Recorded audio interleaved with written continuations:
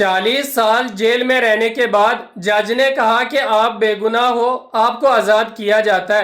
امریکہ کی ریاست اوہایو سے اس کا تعلق ہے اور اس کا نام قوام اجامو ہے۔ 1975 میں اس کے اور اس کے ایک دوست کے اوپر قتل کا کیس لگتا ہے۔ کیس ثابت ہونے کے لیے پولیس ایک 12 سال کے بچے کو لاتی ہے۔ اسے ڈرا دھمکا کے کہا جاتا ہے کہ آپ اس کے خلاف گواہی دیں کہ قتل کرتے ہوئے ان کو میں نے دیکھا ہے۔ اس 12 سال کے بچے نے گواہی دے دی، جس کی بنا پہ ان کو 40 سال جیل میں رہنا پڑا۔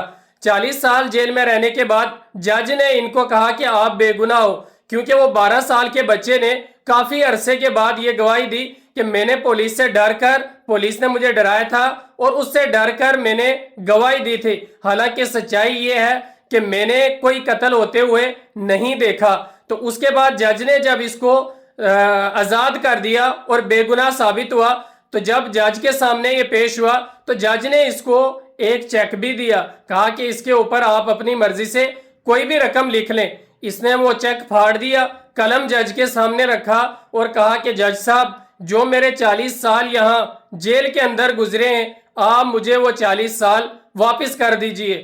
تو کیا خیال ہے آپ کا کہ ایسا معاملہ ہونا چاہیے کہ کسی کو بے گناہ جب تک گناہ ثابت نہ ہو اسے جیل میں ڈال دیں؟ ایسے واقعات اکثر سننے کو ملتے ہیں، لیکن ہوتے یہ بہت خطرناک ہیں۔